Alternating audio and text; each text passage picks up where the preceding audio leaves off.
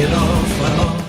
Greetings viewers, Narada here, with another shipping video. I'll honestly have a more enjoyable time with this one than the Souls video, because this couple barely has any problematic elements to it. My couple, in case you weren't able to tell by the video title and thumbnail, is the fuzzy blue space koala himself, Stitch, and Experiment 624, aka Angel. Like all other experiments, Angel could be considered part of Stitch's family, though the show wisely never chooses to call her his cousin, while still joke that Disney is okay with incest. But same-sex relationships? No. We gotta cancel that show. Angel debuts in the episode bearing her name, being encountered by Stitch in a dead-end alley. One look at that pink fur and that curvaceous fig.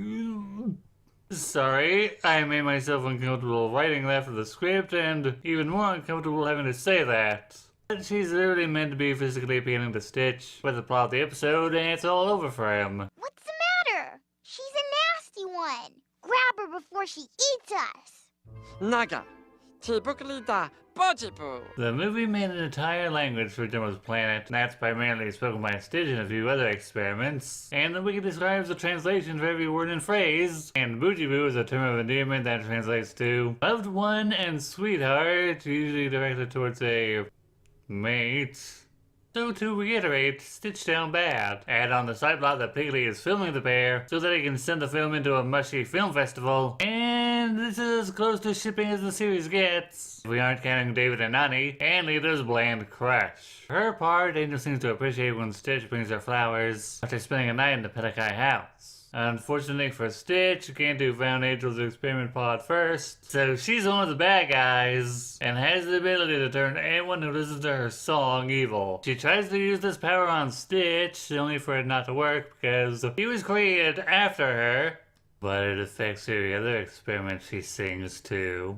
Even Experiment 501, I'm pretty sure that one's female. Am I sexist for thinking that she would only sing to male experiments? Or is it also progressive that she would sing to a female experiment? After trying and failing all day to get her attention, Stitch follows Angel to a ship where the truth is revealed, and Gantu turns the converted experiments on him. Just as Stitch is about to be done in by his Ohana, Angel stops them by singing her song in reverse, which undoes her spell. Why? Dunno. Though I can assume it's because Stitch showed a genuine interest in her and everyone escapes.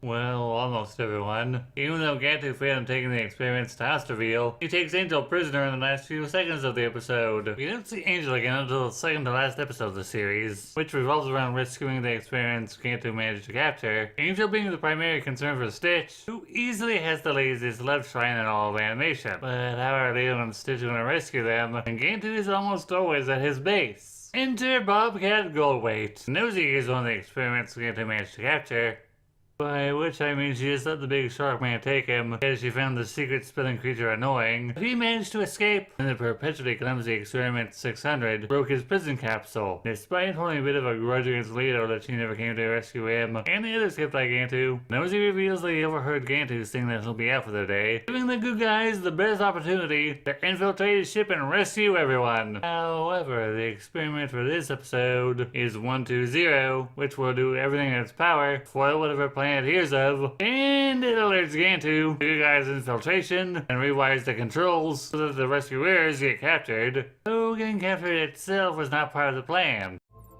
Oh, Angel. I guess I was wrong. Love can't overcome everything. Huh?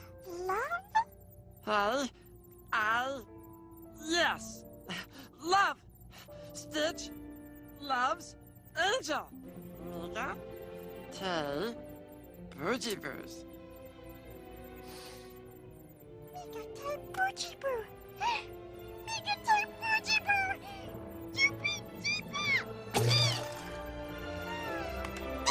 Angel used headbutt. It's super effective. Because I had to make that joke.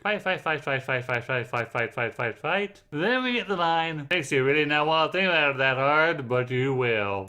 Shall we get started, Stitch? Stitch? I'll be home later! What's wrong? Stitch There's a lot I can say about the Stitch anime, like how Ben Niskin sounds like a drunk Steve Bloom in the role of Stitch, how I'm not pleased that the anime hits the reset button on Gantu and Ruben so they can keep being Honsterville's henchmen, or that the intro for the third season makes me uncomfortably aware that I am a grown man watching a show aimed at kids.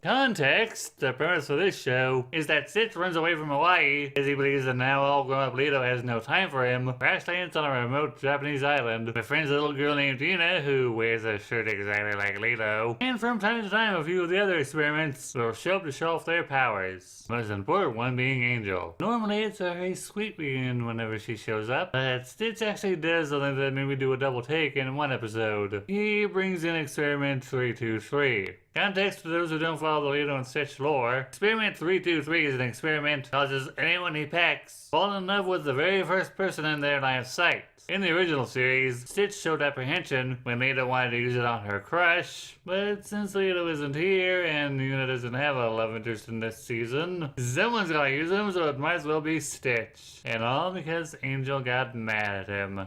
Now, if you know how artificially induced love plots go, you can pretty much tell what happens from here. Fortunately, the effect is undone by water, and Stitch learns the error of his ways. But unfortunately, Angel is even madder at him now. And the return of 627, Angel is once again mad at Stitch. Feels like it could be a pattern at this point. Una says that a flower that is able to trigger the emotions of love might change your mood, and while Stitch does find one, he sees a mysterious prince present Angel with a carriage full of them and ride off with her. Turns out this is 627, the experiment Gemma created to be Stitch's superior in each and every way, with the sole motive of deflating Stitch's ego, now working for Honsterville. Why Honsterville would use 627 when he had a literal army of 629s, I don't know. But here's Stitch's bigger, meaner, faster, stronger cousin, Angel away to a castle so he can lure Stitch into a trap. Party's over, Boochie Boo. You were merely the bait, the lure to ensnare the prey. The Venus in our little fly trap. Ben also voiced 627, and my lord, I forgot how much worse it is than his Stitch voice. Rip this man's throat. What's funny is that the ending theme of the anime gives the impression that 627 will be a rival for Angel's affections. And really that went to Ruben, who, like Stitch, is immune to Angel's siren song, but found her attractive. By the third season, Honsterville decided that the best way to capture Stitch. By this point, it was discovered that Stitch had a powerful agent within his body, and the villains went out to Team Rocket to Stitch's Pikachu to modify the sound of just Slacker and give him more confidence. At this point, Angel is an intergalactic pop star, and Stitch is her biggest fan. Which is the polite way of saying he's her biggest simp. Would it be dead if I made a Haida reference? The pair are having a sweet time together when Ruben pulls up, his eyes on Angel rather than Stitch, and because the 627 episode proved that Angel has a weakness for smooth talkers, she falls with the charms of the improved 625. Stitch is literally unwilling to give up his lady without fight, and like everyone in the history of ever has speculated, Stitch and Ruben seem to be evenly matched. When Gantu captures Angel instead, Stitch abandons the fight to rescue her. At this point, we've moved away from the Stitch from the first season, who would use artificially induced affection to get the attention he wanted, to a Stitch who puts himself at personal risk for the one he loves. As for Angel, she can be charmed by any chat that comes along a bit too easily, but there's no doubt in my mind that she generally returns Stitch's feelings. This is not Hot Eyes. This is not Hot Eyes saying thanks for letting me share my thoughts. Please share yours with me.